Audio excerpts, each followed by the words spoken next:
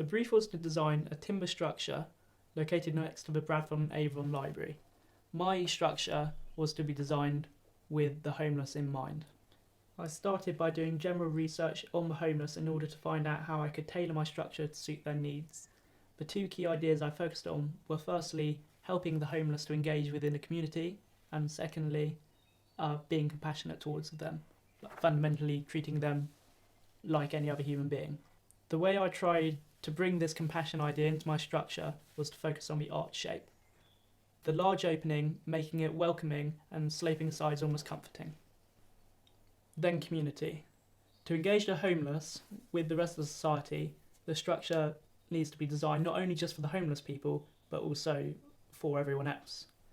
The high roof combined with the triangular layout allows for these large open spaces inside.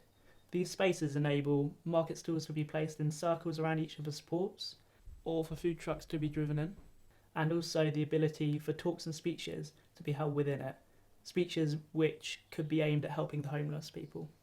I've also tried to think about how I could keep my structure in keeping with the surrounding architecture. Firstly, the site is positioned adjacent to the town bridge, and my aim was to mirror the bridge's arches within the shapes of my structure. Secondly, the roof of the structure. Originally based off a traditional pitched roof, it should appear to be a modern take on the other buildings of the town. It will be built from the ground up, starting with arches which will be made in a glulam construction, which is necessary to be able to bend them into shape. They will initially be joined into triangles by using metal plates. The triangles are then bolted together.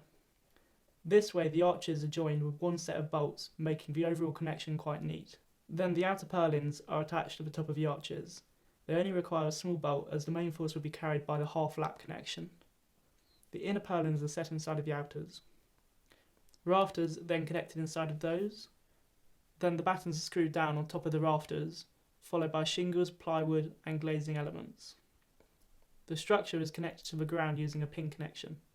The guttering runs along the edge of the roof and then down to drains by each of the arches, in the hope that they have a minimal impact on the aesthetics of my design. To calculate the size of upper members, I included loads due to the wind, drift of snow and the weight of materials.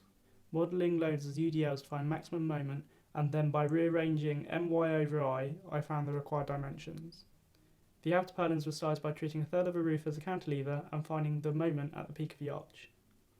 For the arches, I used the horizontal wind loading to locate the arch with the highest horizontal loading. I then calculated the quarter point moments. Combining these moments with the moments due to vertical loading, I found the required size of the arches to be 200 by 200 millimeters.